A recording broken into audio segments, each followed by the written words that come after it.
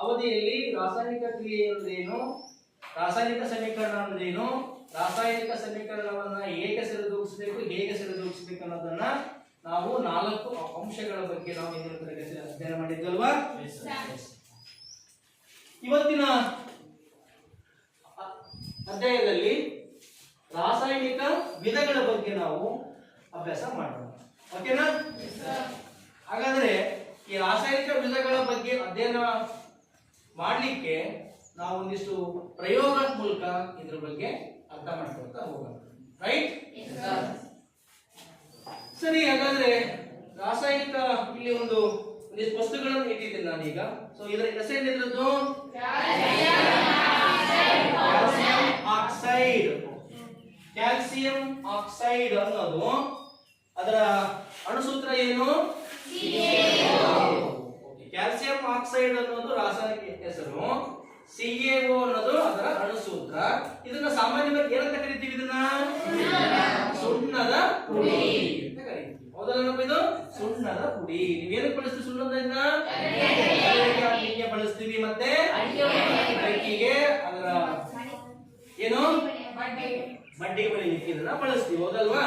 Okay, ಈ ಸುಣ್ಣದ ಪುಡಿ ಅಂತಕ್ಕಂಥ ಒಂದು ರಾಸಾಯನಿಕ ವಸ್ತು. ಓಕೆ, ಈ ರಾಸಾಯನಿಕ ವಸ್ತುವನ್ನ ಒಂದು ಬೀಕರ್ಗೆ ನಾನು ಇದನ್ನ ತಗೊಳ್ತೀನಿ. ಇದನ್ನ ಓಕೆ, ಇದಕ್ಕೆ ಏನ್ ಮಾಡ್ತಾ ಇದ್ದೀನಿ ನಾನು? ಈ ಒಂದು ಬೀಕರ್ಗೆ ಸುಣ್ಣದ ಪುಡಿಯನ್ನ ತಗೊಳ್ತಾ ಇದ್ದೀನಿ.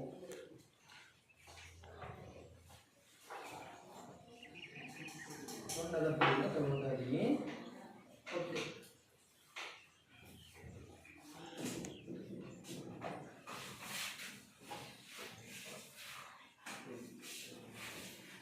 ಸುಣ್ಣದ ಪುಡಿನ ಎಲ್ಲರೂ ನೋಡಿದಿರಲ್ವಾ? ಇದರಲ್ಲಿ ಯಾವ್ಯಾವ ಮೂಲ ವಸ್ತುಗಳಿದಾವೆ? ಇದರಲ್ಲಿ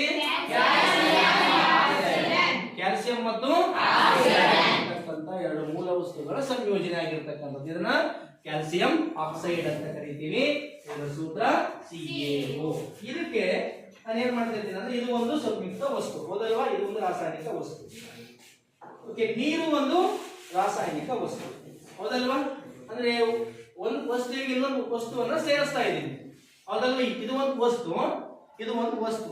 ಎರಡು ಅಂದ್ರೆ ಈಗ ಮತ್ತೆ ಇನ್ನೊಂದು ವಸ್ತುವನ್ನು ಇದಕ್ಕೆ ಸೇರಿಸ್ತಾ ಇದ್ದೀನಿ.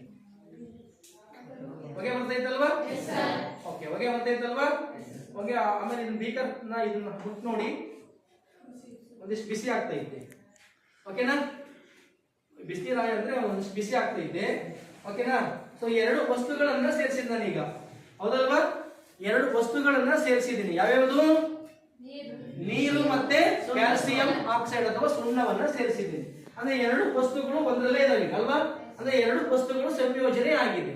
ಏನಾಗಿದೆ? ಸಂಯೋಜನೆ ಆಗಿದೆ. ರೈಟ್? ಈಗ ನೋಡಿ, ಈಗ ಸೊ ಇದು ರಾಸಾಯನಿಕ ಕ್ರಿಯೆಯನ್ನು ನೋಡಿದ್ರೆ ಸುಣ್ಣದ ಪುಡಿಯ ರಾಸಾಯನಿಕ ಹೆಸರೇನು? CaO. ಓಕೆನಾ? ಇದಕ್ಕೆ ಏನ್ ಹಾಕಿದ್ ನಾನು? ಇದಕ್ಕೆ ನೀರನ್ನ ಹಾಕಿದೆ. ನೀರು ಅಣುಸೂತ್ರ ಏನು? H2O. ಸೊ ಇವೇ ನೀವು ಪ್ರತಿವರ್ತಕಗಳು ಅಥವಾ ರಾಸಾಯನಿಕ ಕ್ರಿಯೆಯಲ್ಲಿ ಭಾಗವಹಿಸುವ ವಸ್ತುಗಳು. ಎರಡು ಬರೆದು ಬಿಟ್ಟು ಇಲ್ಲೇನ್ ಮಾಡ್ತೀವಿ? ಇಲ್ಲಿ ಬಾಣದ ಗುರುತನ್ನ ಹಾಕ್ಬೇಕು. ಬಾಣದ ಗುರುತನ್ನ ಯಾಕೆ ಹಾಕ್ಬೇಕಂದ್ರೆ ರಾಸಾಯನಿಕ ಕ್ರಿಯೆ ನಡೆಯುವ ದಿಕ್ಕನ್ನ ಅಥವಾ ಹೊಸ ವಸ್ತು ಯಾವ ದಿಕ್ಕಲ್ಲಿ ಉಂಟಾಗ್ತದೆ ಅನ್ನೋದನ್ನ ಇದು ತೋರಿಸುತ್ತೆ. ಓಕೆನಾ? ಈಗ ಇವೆರಡು ಸಂಯೋಜನೆ ಆಗ್ಬಿಟ್ಟು ಏನ್ ಬರ್ತದಪ್ಪ ಅಂತ ಹೇಳಿದ್ರೆ ಕ್ಯಾಲ್ಸಿಯಂ ಹೈಡ್ರಾಕ್ಸೈಡ್. ಏನ್ ಬರ್ತದೆ? Calcium hydroxide. ಅಂದ್ರೆ ಸುಣ್ಣದ ಪುಡಿಯನ್ನ ನೀರಿಗೆ ಹಾಕಿದಾಗ ಸುಣ್ಣದ ತಿಳಿ ನೀರು ಬಂತು. ಹೌದಲ್ವಾ? ಸುಣ್ಣದ ತಿಳಿ ನೀರು ಬಂತು. ರೈಟ್? ಅಂದ್ರೆ ಅದನ್ನ ನಾವು ಏನಂತ ಕರಿತೀವಿ? ಇದನ್ನ ಕ್ಯಾಲ್ಸಿಯಂ ಹೈಡ್ರಾಕ್ಸೈಡ್. ಇಲ್ಲಿ ನೋಡಿ, ಇಲ್ಲಿ ಎರಡು ಪ್ರತಿವರ್ತಕಗಳಿದಾವ ಅಲ್ವಾ? ಇಲ್ಲಿ ಎರಡು ಅದಾವಲ್ವಾ?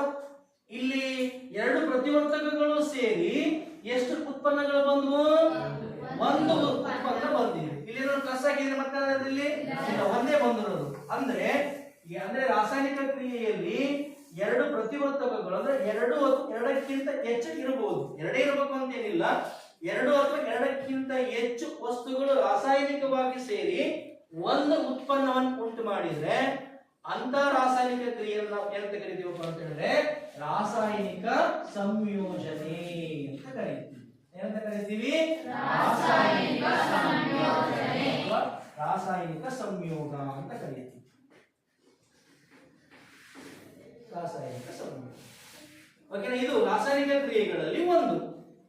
ಓಕೆನಾ? ಅಂದ್ರೆ ಎರಡು ರಾಸಾಯನಿಕ ಕ್ರಿಯೆಯಲ್ಲಿ ಎರಡು ವಸ್ತುಗಳು ಅಥವಾ ಎರಡು ಪ್ರತಿವರ್ತಕಗಳು, ಎರಡು ಅಥವಾ ಎರಡಕ್ಕಿಂತ ಹೆಚ್ಚು, ಎರಡೇ ಇರಬೇಕು ಅಂತ ಏನಿಲ್ಲ, ಎರಡು ಅಥವಾ ಎರಡಕ್ಕಿಂತ ಹೆಚ್ಚು ವಸ್ತುಗಳು ರಾಸಾಯನಿಕವಾಗಿ ಸೇರಿ ಕೇವಲ ಒಂದು ವಸ್ತುವನ್ನು ಅಥವಾ ಒಂದು ಉತ್ಪನ್ನವನ್ನು ಉಂಟು ಮಾಡಿದ್ರೆ ಅದನ್ನ ಏನಂತ ಕರಿತೀವಿ?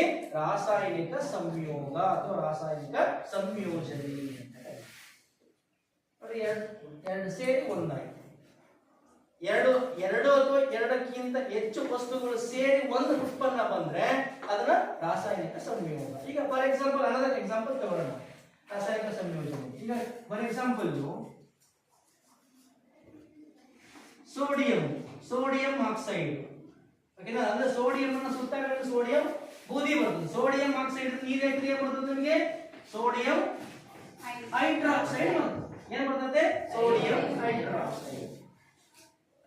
ರೈಟ್? ಹಾಗಾಗಿ ಎರಡು ಅಥವಾ ಎರಡಕ್ಕಿಂತ ಹೆಚ್ಚು ವಸ್ತುಗಳು ರಾಸಾಯನಿಕವಾಗಿ ಸೇರಿ ಕೇವಲ ಒಂದು ವಸ್ತು ಅಥವಾ ಒಂದು ಉತ್ಪನ್ನವನ್ನು ಉಂಟು ಮಾಡಿದ್ರೆ ಅದನ್ನ ರಾಸಾಯನಿಕ ಸಂಯೋಗ ಅಂತ ಕರೀತಾರೆ. ಅರ್ಥ ಆಗತ್ತಲ್ಲ? ಹಲೋ? ಈಗ ನೆಕ್ಸ್ಟ್ ಇನ್ನೊಂದು ನೋಡೋಣ.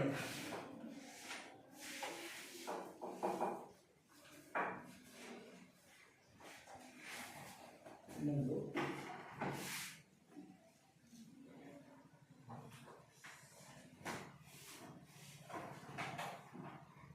ರಾಸಾಯನಿಕ ಸಂಯೋಗಕ್ಕೆ ಇನ್ನೊಂದು ಉದಾಹರಣೆ.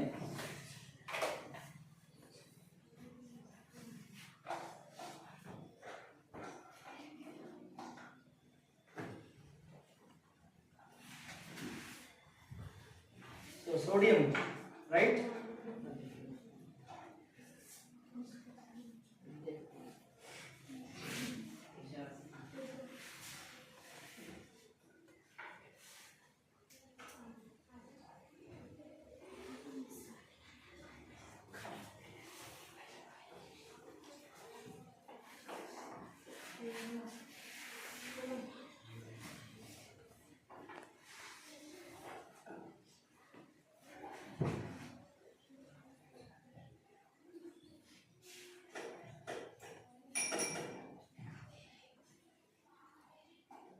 ಇದು ರಿಯಾಕ್ಟಿವ್ ಮೆಟಲ್. ಇದು ಕೈಯಿಂದ ಮುಟ್ಟೋದ್ರಿಂದ ಕೆರೋಸಿನ್ ಇದು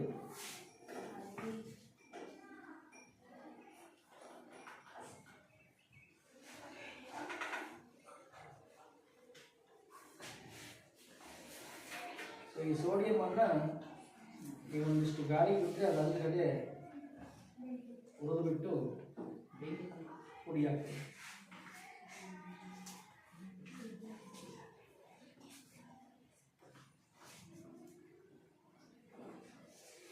this is very soft metal. ಇದು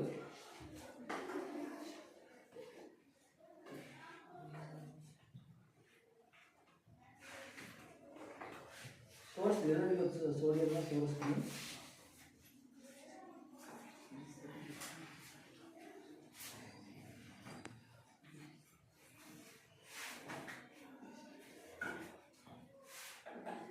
okay, this is sodium.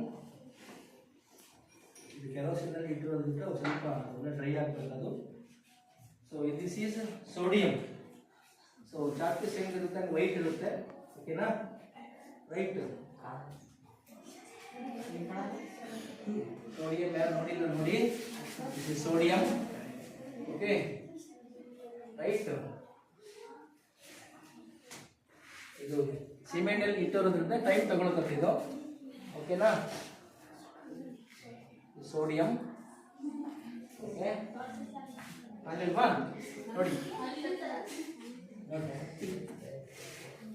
Sodium, right. ಸ್ವಲ್ಪ ಹೊತ್ತು ಬಿಟ್ಮೇಲೆ ಅದು ಇದಾಗ್ತದೆ. ಸೊ ಇದನ್ನು ಸೇರಿಸೋಣ.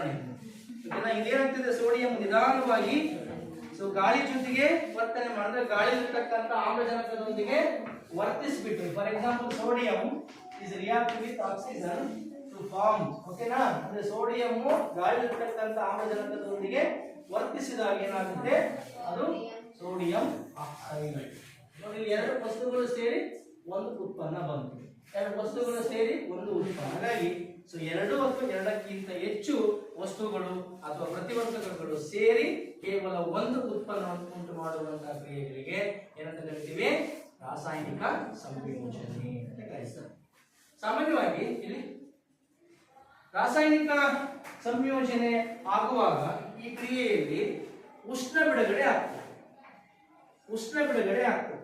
ಸಾಮಾನ್ಯವಾಗಿ ಯಾವುದೇ ರಾಸಾಯನಿಕ, ನೋಡಿ ಇಲ್ಲಿ ಸೋಡಿಯಂ ಮತ್ತು ಆಕ್ಸಿಜನ್ ಜೊತೆ ವರ್ತಿಸಿದಾಗ ಸೋಡಿಯಂ ಆಕ್ಸೈಡ್ ಆಗುವಾಗಲೂ ಕೂಡ ಏನಾಗುತ್ತೆ, ಶಕ್ತಿ ಬಿಡುಗಡೆ ಆಗ್ತದೆ. ಇಲ್ಲಿ ಸುಣ್ಣದ ಪುಡಿಯನ್ನ ನೀರಿಗೆ ಹಾಕಿದಾಗಲೂ ಕೂಡ ಕ್ಯಾಲ್ಸಿಯಂ ಹೈಡ್ರಾಕ್ಸೈಡ್ ಉಂಟಾಗುವಾಗ ಅಲ್ಲಿ ಕೂಡ ಏನಾಗುತ್ತೆ, ಉಷ್ಣ ಬಿಡುಗಡೆ ಆಗ್ತದೆ. ಹಾಗೆ ಸೋಡಿಯಂ ಆಕ್ಸೈಡ್ ಅನ್ನ ನೀರಿಗೆ ಹಾಕಿದಾಗಲೂ ಕೂಡ ಅಲ್ಲಿ ಕೂಡ ಏನಾಗುತ್ತೆ, ಉಷ್ಣ ಬಿಡುಗಡೆ ಆಗುತ್ತೆ. ಅಂದ್ರೆ ರಾಸಾಯನಿಕ ಸಂಯೋಜನೆ ಅಂತಕ್ಕಂಥದ್ದು ಇದು ಉಷ್ಣವನ್ನ ಬಿಡುಗಡೆ ಮಾಡತಕ್ಕಂತಹ ಕ್ರಿಯೆಗಳು. ಅಂದ್ರೆ ಇಂಥ ಕ್ರಿಯೆಗಳನ್ನು ಏನಂತ ಕರಿತೀವಪ್ಪ ಅಂತ ಹೇಳಿದ್ರೆ ಬಹಿರುಷ್ಣಕ ಕ್ರಿಯೆಗಳು ಅಂತ ಕರಿತೀವಿ. ಏನಂತ ಕರಿತೀವಿ? ಬಹಿರುಷ್ಣಕ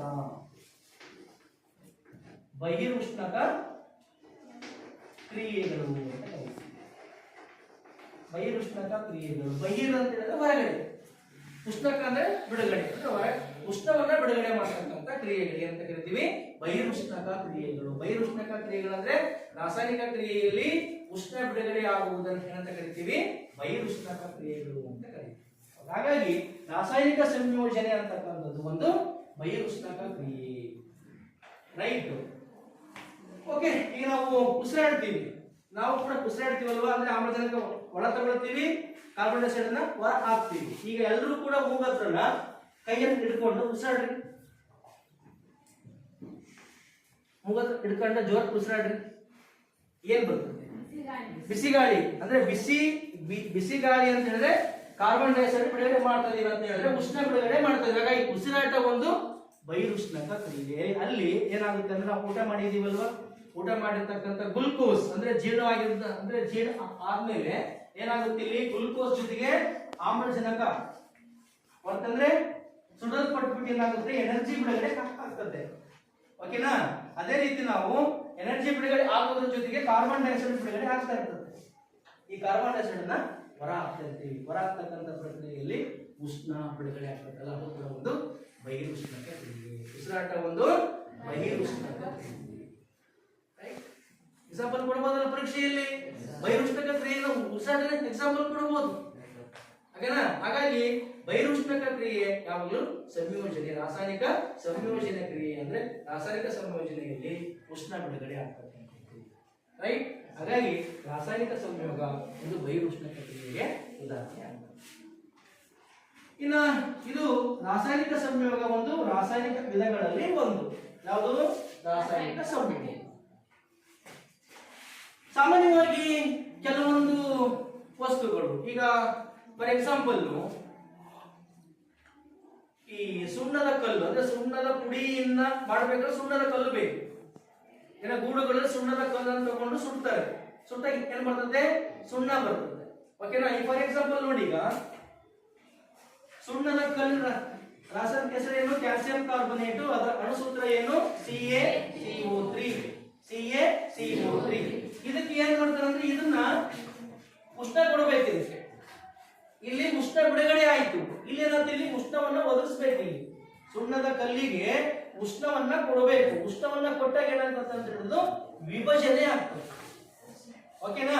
ಹಾಗಾಗಿ ಇಲ್ಲಿ ಉಷ್ಣವನ್ನ ಹೀರಿಕೊಳ್ತದೆ ಅಥವಾ ಉಷ್ಣವನ್ನ ಬಳಕೆ ಮಾಡಿಕೊಂಡು ಏನಾಗುತ್ತೆ ಅಂತ ಹೇಳಿದ್ರೆ ಇಲ್ಲಿ ಉಷ್ಣತೆ ನಾವು ಏನ್ ಮಾಡ್ತೀವಿ, ಈ ರೀತಿ ಪಿರಮಿಡ್ ಅನ್ನ ತೋರಿಸ್ತೀವಿ.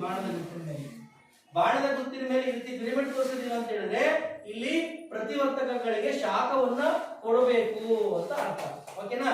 ಅಂದ್ರೆ ಇದಕ್ಕೆ ಶಾಖವನ್ನ ಕೊಟ್ಟಾಗ ಏನಾಗುತ್ತೆ ಅಂತ ಹೇಳಿದ್ರೆ ಇಲ್ಲಿ ವಿಭಜನೆ ಹೊಂದ್ಬಿಟ್ಟು ಸುಣ್ಣದ ಪುಡಿ ಮತ್ತು ಕಾರ್ಬನ್ ಡೈಆಕ್ಸೈಡ್ ಬಿಡುಗಡೆ ಆಗ್ತದೆ. ಇಲ್ಲಿ ನೋಡಿ, ಇಲ್ಲಿ ಎರಡು ಸೇರಿ ಒಂದು ಬಂತು. ಇಲ್ಲಿ ಏನಾಯ್ತು, ಇಲ್ಲಿ ಒಂದಿಂದ ಏನಾಯ್ತು ಅಂದ್ರೆ ಇದಕ್ಕೆ ವಿರುದ್ಧ. ಹೌದಲ್ವಾ? ಇದಕ್ಕೆ ಅಂದ್ರೆ ರಾಸಾಯನಿಕ ಸಂಯೋಗಕ್ಕೆ ಇದು ವಿರುದ್ಧವಾಗಿದೆ. ಎರಡು ಅಂದ್ರೆ ಇದು CaCO3 ಬಾಣದ ಗುರುತು CaO+CO2. ಹೌದಲ್ವ? ಇಲ್ಲಿ 1 2 ಆಗಿದೆ, ಇಲ್ಲಿ 2 ಸೇರಿ 1 ಆಗಿದೆ. ವಿರುದ್ಧವಾಗಿರ್ತಕ್ಕಂಥ ಕ್ರಿಯೆ ಅಂದ್ರೆ ಅಂದ್ರೆ ಒಂದು ಪ್ರತಿವರ್ತಕ ಅಂದ್ರೆ ರಾಸಾಯನಿಕ ಕ್ರಿಯೆಯಲ್ಲಿ ಒಂದು ಪ್ರತಿವರ್ತಕ ವಿಭಜನೆಗೊಂಡು 2 ಅಥವಾ 2ಕ್ಕಿಂತ ಹೆಚ್ಚು ಉತ್ಪನ್ನಗಳಾಗುವ ಕ್ರಿಯೆಗೆ ಏನಂತ ಕರಿತೀವಿ? ರಾಸಾಯನಿಕ ವಿಭಜನೆ ಅಂತ ಕರಿತೀವಿ. ಏನಾಗಿತ್ತು ಇಲ್ಲಿ? ವಿಭಜನೆ ಆಗಿತ್ತು. ಓಕೆನಾ? ಹಾಗಾದ್ರೆ ಎಂತ ಕ್ರಿಯೆ ಇದು? ರಾಸಾಯನಿಕ ವಿಭಜನೆ. ಸೊ ರಾಸಾಯನಿಕ ವಿಭಜನೆ ರಾಸಾಯನಿಕ ಸಂಯೋಗಕ್ಕೆ ವಿರುದ್ಧವಾಗಿರ್ತಕ್ಕಂಥದ್ದು. ವಿರುದ್ಧ ತಾನೇ ಅದು. ಅಲ್ಲಿ 2 ಅಂದ್ರೆ ಅಲ್ಲಿ ರಾಸಾಯನಿಕ ಸಂಯೋಜನೆಯಲ್ಲಿ 2 ಅಥವಾ 2ಕ್ಕಿಂತ ಹೆಚ್ಚು ಏನಾಗಿದ್ದಾವೆ ವಸ್ತುಗಳು ಸೇರಿ ಒಂದು ಉತ್ಪನ್ನ ಬಂತು. ಇಲ್ಲೇನಾಗುತ್ತೆ? ಇಲ್ಲಿ ಒಂದು ವಸ್ತು ವಿಭಜನೆಗೊಂಡು 2 ಅಥವಾ 2ಕ್ಕಿಂತ ಹೆಚ್ಚು ವಸ್ತುಗಳನ್ನು ಉಂಟು ಮಾಡಿದೆ. ಹಾಗಾಗಿ ಸೊ ರಾಸಾಯನಿಕ ವಿಭಜನೆ ರಾಸಾಯನಿಕ ಸಂಯೋಗಕ್ಕೆ ವಿರುದ್ಧವಾಗಿರ್ತಕ್ಕಂಥದ್ದು. ಓಕೆನಾ? ಸರಿ, ಹಾಗಾದ್ರೆ ಇನ್ನೊಂದು ಎಕ್ಸಾಂಪಲ್ ಅನ್ನ ಕೊಡೋಣ ಬೇಕಾದ್ರೆ. ಈಗ ಫಾರ್ ಎಕ್ಸಾಂಪಲ್ PbNO3 ಅಂದ್ರೆ ಸೀಸದ ನೈಟ್ರೇಟ್. ಸೀಸದ ನೈಟ್ರೇಟ್ ನ ಸೂತ್ರ ಏನು? PbNO3 ಟ್ವೈಸ್ ಅಂತ ಹೇಳ್ತೀವಿ, ರೈಟ್? ಇದು ಒಂದು ವಸ್ತು. ಇದಕ್ಕೂ ಕೂಡ ನಾವು ಶಾಖವನ್ನ ಕೊಟ್ರೆ ಏನಾಗುತ್ತೆ? ವಿಭಜನೆ ಆಗ್ತದೆ. ವಿಭಜನೆ ಆಗ್ಬಿಟ್ಟು ಏನಾಗುತ್ತೆ ಅಂತ ಹೇಳಿದ್ರೆ ಸೀಸದ ಆಕ್ಸೈಡ್ ಆಗುತ್ತೆ ಮತ್ತು ನೈಟ್ರೋಜನ್ ಆಕ್ಸೈಡ್ ಬಿಡುಗಡೆ ಆಗುತ್ತೆ ಮತ್ತು ಆಮ್ಲಜನಕ. ನೋಡಿ, 3 ವಸ್ತುಗಳು ಬಂತು. 1 ರಿಂದ 3 ವಸ್ತುಗಳು ಬಂದು ವಿಭಜನೆ ಆಗುತ್ತೆ, ರೈಟ್? ಹಾಗಾದ್ರೆ ರಾಸಾಯನಿಕ ವಿಭಜನೆ ಅಂತ ಹೇಳಿದ್ರೆ ಒಂದು ಪ್ರತಿವರ್ತಕ ವಿಭಜನೆಗೊಂಡು 2 ಅಥವಾ 2ಕ್ಕಿಂತ ಹೆಚ್ಚು ಉತ್ಪನ್ನಗಳನ್ನ ಉಂಟು ಮಾಡುವ ರಾಸಾಯನಿಕ ಕ್ರಿಯೆಗಳಿಗೆ ಏನಂತ ಕರಿತೀವಿ? ಓಕೆ, ಇಲ್ಲಿ ಉಷ್ಣ ಬಿಡುಗಡೆ ಆಯ್ತು. ಇಲ್ಲಿ ರಾಸಾಯನಿಕ ಸಂಯೋಗದಲ್ಲಿ ಇಲ್ಲಿ ಉಷ್ಣ ಈರಿಕೆ ಆಗ್ತಾ ಇತ್ತು. ಅಂದ್ರೆ ಯಾವ ರಾಸಾಯನಿಕ ಕ್ರಿಯೆಯಲ್ಲಿ ಉಷ್ಣ ಈರಿಕೆ ಆಗುತ್ತೆ ಅದನ್ನು ಅಂತ ಕ್ರಿಯೆಗಳನ್ನು ಏನಂತ ಕರಿತೀವಪ್ಪ ಅಂತ ಹೇಳಿದ್ರೆ ಅಂತರುಷ್ಣಕ ಕ್ರಿಯೆ ಅಂತ ಕರೀತೀವಿ. ಅಂತರುಷ್ಣಕ ಕ್ರಿಯೆಗಳು ಅಂತ ಕರೀತೀವಿ. ಅಂತರುಷ್ಣಕ ಕ್ರಿಯೆಗಳು ಅಂತ ಹೇಳಿದ್ರೆ ರಾಸಾಯನಿಕ ಕ್ರಿಯೆಯಲ್ಲಿ ಉಷ್ಣ ಈರಿಕೆ ಆದರೆ ಅಂತ ಕ್ರಿಯೆಗಳನ್ನು ಏನಂತ ಕರಿತೀವಿ? ಅಂತರುಷ್ಣಕ ಕ್ರಿಯೆಗಳು ಅಂತ ಕರಿತೀವಿ. ರಾಸಾಯನಿಕ ಕ್ರಿಯೆಯಲ್ಲಿ ಶಕ್ತಿ ಬಿಡುಗಡೆ ಆದ್ರೆ ಅದನ್ನು ನಾವು ಬಹಿರುಷ್ಣಕ ಕ್ರಿಯೆ ಅಂತ ಕರಿತೀವಿ. ರಾಸಾಯನಿಕ ಕ್ರಿಯೆಯಲ್ಲಿ ಶಕ್ತಿ ಈರಿಕೆ ಆದರೆ ಅಂತ ಕ್ರಿಯೆಗಳನ್ನು ಅಂತ ಕರಿತೀವಿ ಅಂತರುಷ್ಣಕ ಕ್ರಿಯೆ ಅಂತ ಕರಿತೀವಿ. ಅದರ ರಾಸಾಯನಿಕ ವಿಭಜನೆ ಎಂತ ಕ್ರಿಯೆ? ಅದು ಅಂತರುಷ್ಣಕ ಕ್ರಿಯೆ. ರಾಸಾಯನಿಕ ಸಂಯೋಗ ಅದು ಬಹಿರುಷ್ಣಕ ಕ್ರಿಯೆಗೆ ಉದಾಹರಣೆ. ಹಾಗಾದ್ರೆ ಅಂತರುಷ್ಣಕ ಕ್ರಿಯೆ ಆಗ್ಬೇಕಾದ್ರೆ ಶಕ್ತಿ ಬೇಕೇ ಬೇಕು, ಶಕ್ತಿಯನ್ನ ಕೊಡ್ಲೇಬೇಕು. ಶಕ್ತಿ ಕೊಟ್ಟರೆ ಮಾತ್ರ ಅಲ್ಲಿ ಕ್ರಿಯೆ ನಡೀತದೆ. ಓಕೆನಾ? ಅದು ಬೆಳಕಿನ ರೂಪದಲ್ಲಿ ಇರಬಹುದು, ಉಷ್ಣದ ರೂಪದಲ್ಲಿ ಇರಬಹುದು, ಸೂರ್ಯನ ಬೆಳಕಿನಲ್ಲಿ ಇರಬಹುದು. ಈಗ ಫಾರ್ ಎಕ್ಸಾಂಪಲ್ ನೀರು ಒಂದು ಸಂಯುಕ್ತ ವಸ್ತು. ನೀರನ್ನ ವಿಭಜನೆ ಮಾಡಬೇಕು ಅಂತ ಹೇಳಿದ್ರೆ ಅಲ್ಲಿ ವಿದ್ಯುತ್ ಶಕ್ತಿಯನ್ನ ಕೊಡ್ಲೇಬೇಕು. ಓಕೆ, ನೀರನ್ನು ವಿಭಜನೆ ಮಾಡಬೇಕಂದ್ರಲ್ಲಿ ಏನ್ ಕೊಡ್ಬೇಕಲ್ಲಿ? ವಿದ್ಯುತ್ ಶಕ್ತಿಯನ್ನ ಕೊಡಬೇಕು. ನೋಡಿ, ಫಾರ್ ಎಕ್ಸಾಂಪಲ್ ವಾಟರ್, ನೀರಿನ ಅಣುಸೂತ್ರ ಏನು? H2O. ಸೊ ಇದಕ್ಕೆ ನಾವು ಶಾಖವನ್ನ ಇದಕ್ಕೆ ಶಕ್ತಿಯನ್ನ ಕೊಡಬೇಕು. ಯಾವ ಶಕ್ತಿ? ವಿದ್ಯುತ್ ಶಕ್ತಿಯನ್ನ ಕೊಡಬೇಕು. ಸೊ ವಿದ್ಯುತ್ ಶಕ್ತಿಯನ್ನ ಕೊಟ್ಟಾಗ ಏನಾಗ್ತದೆ? ಇದು ವಿಭಜನೆ ಆಗ್ಬಿಟ್ಟು ಸೊ H+ ಮತ್ತೆ O2 ಅಣುಗಳಾಗ್ತವೆ. H2+ ಮತ್ತು O2 ಅಣುಗಳಾಗಿ ಅಂದ್ರೆ ಇಟ್ ಮೀನ್ಸ್ ಅನಿಲಗಳಾಗಿ ಬೇರ್ಪಡ್ತವೆ. ಹಾಗಾಗಿ ಸೊ ಇಲ್ಲಿ ನಾವು ಶಕ್ತಿಯನ್ನ ಕೊಡಬೇಕಾಗ್ತದೆ. ಈಗ ಫಾರ್ ಎಕ್ಸಾಂಪಲ್ ಬೆಳ್ಳಿಯ ಕ್ಲೋರೈಡ್ ನೀವು ಜಸ್ಟ್ ಸೂರ್ಯನ ಬೆಳಕಿಗೆ ಕೊಟ್ಟಿದ್ರೆ ಓಕೆನಾ, ಅದು ಏನಾಗ್ಬಿಡುತ್ತೆ ಅಂದ್ರೆ ಏನು ಉಷ್ಣವನ್ನು ಹೀರ್ಕೊಂಡು ಬಿಟ್ಟು ಏನಾಗುತ್ತೆ? ಕಪ್ಪಾಗಿಬಿಡುತ್ತೆ. ಅಂದ್ರೆ ಹೇಳಿದ್ರೆ ಬೆಳ್ಳಿ ಮತ್ತು ಕ್ಲೋರೈಡ್ ಸಪರೇಟ್ ಆಗ್ತದೆ. ಬೆಳ್ಳಿಯ ಕ್ಲೋರೈಡ್ ನ ಸೂತ್ರ ಏನು? AgCl. ಇದನ್ನ ಸೂರ್ಯನ ಬೆಳಕಿಗೆ ಇಟ್ಟರೆ ಸಾಕು ನೀವು ಇದನ್ನ. ಸೊ ಸೂರ್ಯನ ಬೆಳಕಿಗೆ ಕೊಟ್ಟಿದಾಗ ಏನಾಗುತ್ತೆ ಅಂತ ಹೇಳಿದ್ರೆ ಇದು ವಿಭಜನೆಗೊಂಡ್ಬಿಟ್ಟು ಬೆಳ್ಳಿ ಮತ್ತು ಕ್ಲೋರೈಡ್ ಸಪರೇಟ್ ಆಗ್ತದೆ, ರೈಟ್? ಈ ರೀತಿ ನಾವು ಇಲ್ಲಿ ಶಕ್ತಿಯನ್ನ ಬಳಕೊಂಡು ಅದು ಉಷ್ಣದ ರೂಪದಲ್ಲಿ ಇರಬಹುದು, ವಿದ್ಯುತ್ ರೂಪದಲ್ಲಿ ಇರಬಹುದು ಅಥವಾ ಸೂರ್ಯನ ಶಕ್ತಿ ಇರಬಹುದು. ಒಟ್ಟಾರೆಯಾಗಿ ಶಕ್ತಿಯನ್ನ ಬಳಕೆ ಮಾಡಿಕೊಂಡು ಸೊ ಕ್ರಿಯೆ ಮಾಡ್ತಕ್ಕಂಥ ರಾಸಾಯನಿಕ ಕ್ರಿಯೆಗಳಿಗೆ ಅಂತ ಕರಿತೀವಿ ಅಂತರುಷ್ಣಕ ಕ್ರಿಯೆಗಳು ಅಂತ ಕರಿತೀವಿ. ಸೊ AgCl ಇದು ಸೂರ್ಯನ ಬೆಳಕಿನಲ್ಲಿ ನಡೀತದೆ. ಹಾಗೆಯೇ ನೀರಿನವನ್ನ ವಿಭಜನೆ ಮಾಡಬೇಕಾದ್ರೆ ವಿದ್ಯುತ್ ಶಕ್ತಿಯನ್ನು ಹಾಯಿಸಿದಾಗ ಏನಾಗುತ್ತದೋ ವಿಭಜನೆಗೊಂಡು H2 ಮತ್ತು O2 O2 ಅನಿಲಗಳಾಗಿ ವಿಭಜನೆ. ಇವೆರಡು ಕೂಡ ರಾಸಾಯನಿಕ ಸಂಯೋಗ ಮತ್ತು ರಾಸಾಯನಿಕ ವಿಭಜನೆ, ಇವು ರಾಸಾಯನಿಕ ವಿಧಗಳಲ್ಲಿ ಇವು ಕೂಡ ಎರಡು. ರೈಟ್, ಅರ್ಥ ಆಗ್ತಿದೆಯಲ್ಲ?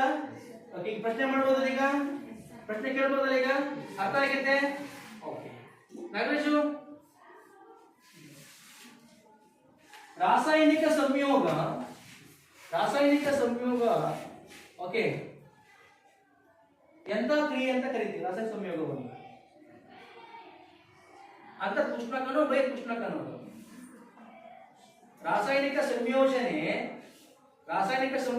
ಕ್ರಿಯೆ ಅಂತರ್ ಉಷ್ಣಕ ಕ್ರಿಯೆನೋ ಬಹಿರ್ ಉಷ್ಣಕ ಕ್ರಿಯೆನೋ? ಏನು ಮಾಡ್ತೀವಿ?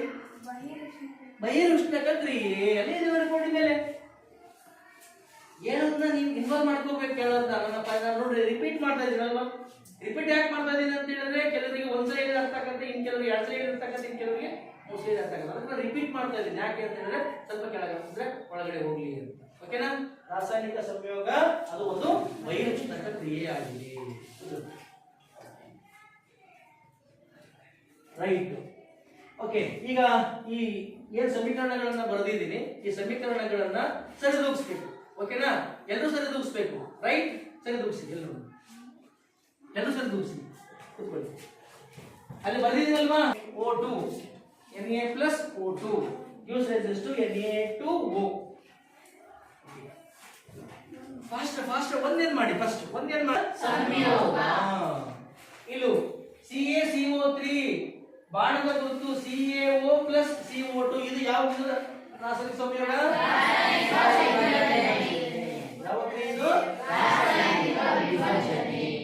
ಇನ್ನು ಸಮೀಕರಣಗಳನ್ನು ನೋಡಿ ಗೊತ್ತಾಗತ್ತಲ್ವಾ? ಸಮೀಕರಣವನ್ನು ನೋಡಿದ ತಕ್ಷಣ ಇದು ರಾಸಾಯನಿಕ ಸಂಯೋಗ, ಇದು ರಾಸಾಯನಿಕ ವಿಭಜನೆ. ಓಕೆನಾ?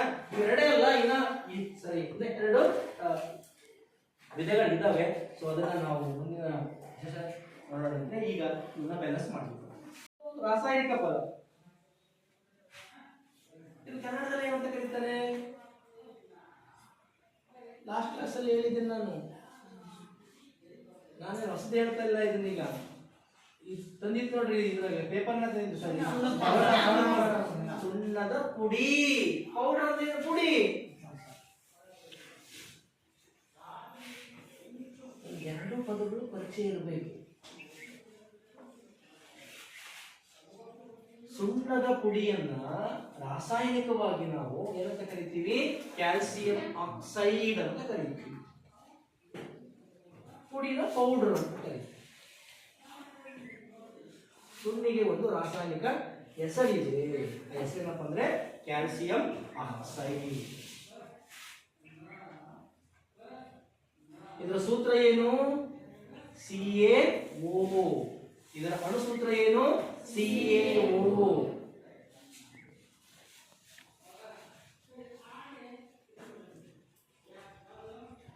ಆಕ್ಸೈಡ್ ಅಂತ ಹೇಳಿದ್ರೆ ಅದರಲ್ಲಿ ಆಕ್ಸಿಜನ್ ಐತಿ ಅಂತ ಅರ್ಥ ಆಗ್ತಿದೆಯಲ್ಲ? ಅಂದ್ರೆ ನಾವಿಲ್ಲಿ ಕ್ಯಾಲ್ಸಿಯಂ ಆಕ್ಸೈಡ್ ಅಂತ ಹೇಳಿದ್ರೆ ಕ್ಯಾಲ್ಸಿಯಂ ಜೊತೆಗೆ ಆಕ್ಸಿಜನ್ ಐತಿ ಅಂತ ಅರ್ಥ. ಅಷ್ಟೇ ಏನಿದೆ. ಯಾವ ವಸ್ತುವಿನ ಜೊತೆಗೆ ಆಕ್ಸಿಜನ್ ಐತಿ ಅದು ಆ ವಸ್ತುವಿನ ಆಕ್ಸೈಡ್.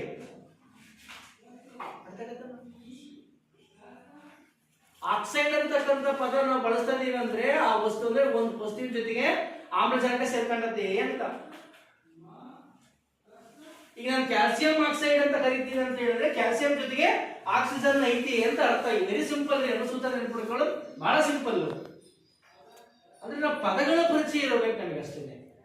ಆಕ್ಸೈಡ್ ಅಂತ ಪದ ಏನಪ್ಪಾ ಅಂದ್ರೆ ಆಕ್ಸೈಡ್ ಅಂತಕ್ಕಂಥ ಪದ ಇತ್ತಂದ್ರೆ ಅಲ್ಲಿ ಆಕ್ಸಿಜನ್ ಐತೆ ಅಂತ. ಆ ವಸ್ತುವಿನಲ್ಲಿ ಆಕ್ಸಿಜನ್ ಐತೆ ಅಂತ. ಅದು ಯಾವ ವಸ್ತುವಿನ ಜೊತೆಗೆ ಐತೆ ಅದು ಆ ವಸ್ತುವಿನ ಆಕ್ಸೈಡ್. ಅದು ಸೋಡಿಯಂ ಜೊತೆಗೆ ಐತೆ ಅಂದ್ರೆ ಸೋಡಿಯಂ ಆಕ್ಸೈಡ್. ಅದು ಕ್ಯಾಲ್ಸಿಯಂ ಜೊತೆಗೆ ಐತೆ ಅಂದ್ರೆ ಅದು ಕ್ಯಾಲ್ಸಿಯಂ ಆಕ್ಸೈಡ್ ಅಂತ ಗೊತ್ತಲ್ಲ. ಆಕ್ಸೈಡ್ ಅಂತ ಹೇಳೋದ್ರಲ್ಲಿ ಆಮ್ಲಜನಕ ಸೇರ್ಕೊಂಡತೆ ಅಂತ. ಆ ವಸ್ತುವಿನಲ್ಲಿ ಆಮ್ಲಜನಕ ಐತೆ, ಅದಕ್ಕೆ ಅದನ್ನ ಆಕ್ಸೈಡ್ ಅಂತ ಕರಿತೀವಿ. ಗೊತ್ತಾಗತ್ತಲ್ಲ? ಸುಣ್ಣ ಜೊತೆಗೆ ಆಕ್ಸಿಜನ್ ಐತೆ, ಅದಕ್ಕೆ ಅದನ್ನ ಕ್ಯಾಲ್ಸಿಯಂ ಆಕ್ಸೈಡ್ ಅಂತ ಕರಿತೀವಿ ರಾಸಾಯನಿಕವಾಗಿ. ಓಕೆನಾ? ಅದು ಕನ್ನಡದಲ್ಲಿ ಸುಣ್ಣದ ಪುಡಿ ಅಂತ ಕರಿತೀವಿ. ಅರ್ಥ ಆಗ್ತದೆಯಲ್ಲ? ಆ ಸುಣ್ಣದ ಪುಡಿಯಲ್ಲಿ ಎರಡು ಮೂಲ ವಸ್ತುಗಳಿದಾವೆ, ಒಂದು ಒಂದು ಕ್ಯಾಲ್ಸಿಯಂ, ಇನ್ನೊಂದು ಆಕ್ಸಿಜನ್ ಐತೆ. ಬಹಳ ವಿಚಾರ ಐತೆ. ನಮ್ಮ ಮನೆಯಲ್ಲ ಸುಣ್ಣದ ಪುಡಿನ ಅಡಿಕೆ ಮನೆ ತಂದು ನೋಡಿ, ಹೌದಲ್ವಾ, ಇದು ಕ್ಯಾಲ್ಸಿಯಂ, ಇದ್ರ ಒಳಗಡೆ ಎರಡು ಮೂಲ ವಸ್ತುಗಳಿದಾವೆ. Should feel it. ನಾವ್ ಎಂದು ಹೋಗಲ್ಲ, ಹಂಗ್ ಮಾಡಲ್ರಿ. ಹಂಗ ಮನೆಗೆ ಹೋಗಿ ಸೊಳ್ಳೆ ಜೊತೆಗೆ ಆಟ ಆಡ್ಕೊಂತ ಕೂತ್ಕೊಂಡ್ರೆ ಅದನ್ನ ನಾವು ಫೀಲ್ ಮಾಡ್ಬೇಕು. ನಾವು ಅದನ್ನ, ಹೌದಲ್ವಾ?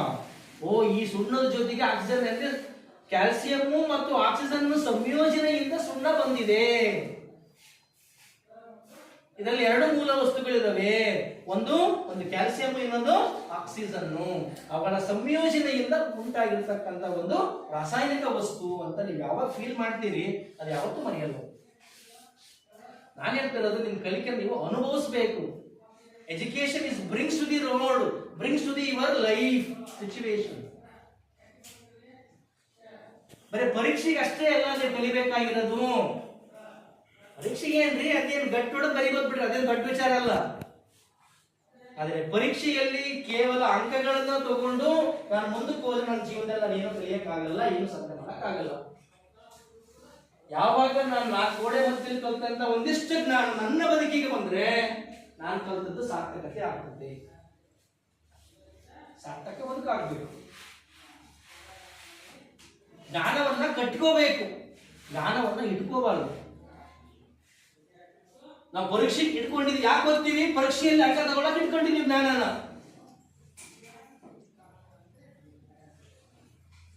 ಪರೀಕ್ಷೆ ಅನ್ನೋದು ಶಿಕ್ಷಣದ ಒಂದು ಭಾಗ ಅಷ್ಟೇನೆ, ಎಲ್ಲದೂ ಅಲ್ಲ. ಅಂದ್ರೆ ನಾನು ಎಷ್ಟು ತಿಳ್ಕೊಂಡಿದ್ದೀನಿ ಅನ್ನೋದನ್ನ ನನ್ನನ್ನು ಸರ್ಟಿಫೈ ಮಾಡ್ಕೊಳ್ಳಿಕ್ಕೆ ಅದಕ್ಕೊಂದು ಪರೀಕ್ಷೆ ಅಷ್ಟೇನೆ.